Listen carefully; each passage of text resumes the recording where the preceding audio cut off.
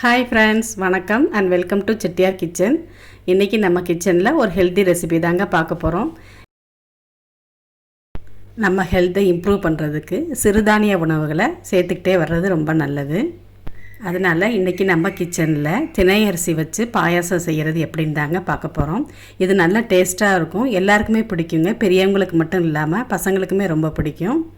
வீடியோக்குள்ளே போகிறதுக்கு முன்னாடி நம்ம சேனலை சப்ஸ்கிரைப் பண்ணாதவங்க சப்ஸ்கிரைப் பண்ணிக்கோங்க. அப்படி பக்கத்தில் இருக்க பெல் ஐக்கானை கிளிக் பண்ண மறக்காதீங்க. அப்போ தான் நாங்கள் அப்லோட் பண்ணுற வீடியோஸ் எல்லாம் நோட்டிஃபிகேஷனாக உங்களுக்கு வரும், எதையும் மிஸ் பண்ணாமல் பார்க்க முடியும்.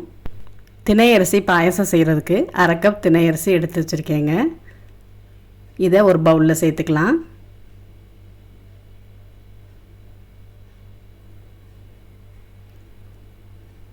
சேர்த்துட்டு 2 தடவை தண்ணி சேர்த்து நல்லா கழுவி எடுத்துடலாங்க. அப்போ தான் இதில் உள்ள தூசியெல்லாம் போகும்.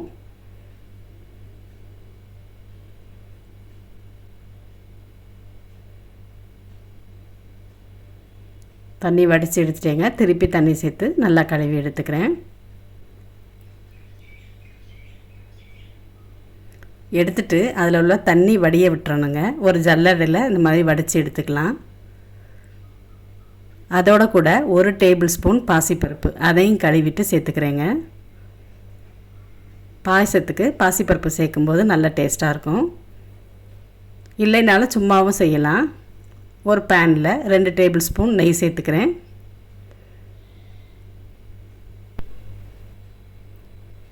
நெய் சூடானதும் அதில் 10 முந்திரி பருப்புக்கிட்ட சேர்த்துக்கிட்டேங்க.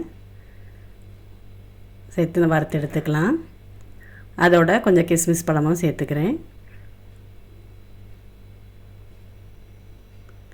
நல்லா வறுபட்டு வந்துருச்சு. இப்போ இதை வேறு பிளேட்டுக்கு மாற்றிக்கலாங்க.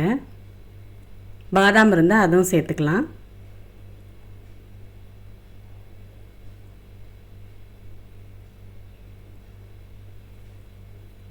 இப்போ அதே நெய்யில் நம்ம வடித்து வச்சுருக்க தினை அரிசியும் பாசிப்பருப்பையும் சேர்த்து நல்லா வறுத்து எடுத்துக்கிட்டுலாம்.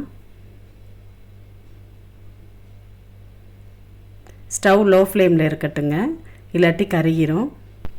ஒரு 5 நிமிஷம் போல் வறுத்து எடுத்துக்கலாங்க. நல்லா வறுபட்டு வந்துச்சு. இப்போ இதை குக்கருக்கு மாற்றிக்கிறேன். குக்கரில் மாற்றிட்டேங்க. இதில் 2 கப் அளவு தண்ணி சேர்த்துக்கிறேங்க. 1/2 கப் தினை அரிசிக்கு 2 கப் தண்ணி சேர்த்துருக்கேன்.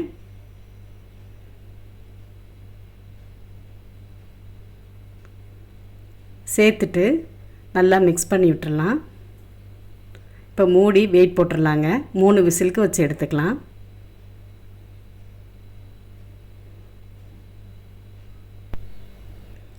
மூணு விசில் வந்துருச்சு. இப்போ திறந்து பார்த்துடலாம்.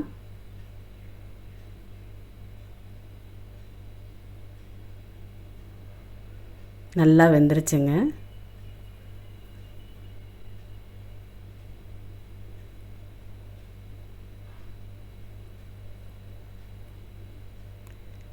இதில் 2 கப் தண்ணி சேர்த்துக்கிறேன்.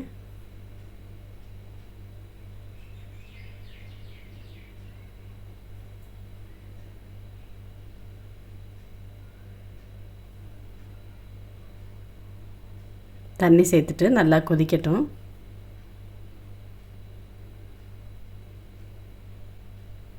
இதில் பொடிச்ச வெல்லம் சேர்த்துக்கலாங்க. 1/2 கப் அரிசிக்கு 1 கப் பொடிச்ச வெல்லம் எடுத்திருக்கேன், அதை சேர்த்துக்கிறேன். இனிப்பு கரெக்டாக இருக்கும் இது.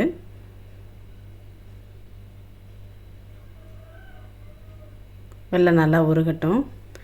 ஸ்டவ் மீடியம் ஃப்ளேமில் இருக்கட்டுங்க. வெல்லம் நல்லா உருகிடுச்சு. இப்போ கொஞ்சமாக உப்பு சேர்த்துக்கலாம். உப்பு சேர்க்குறதுனால இனிப்பு நல்லா தூக்கி கொடுக்குங்க டேஸ்ட்டு.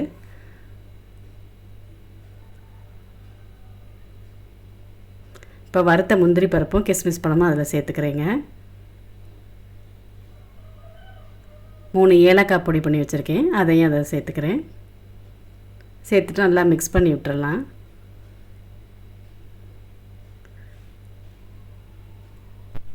நல்லா கொதிக்க ஆரம்பிச்சிருச்சு.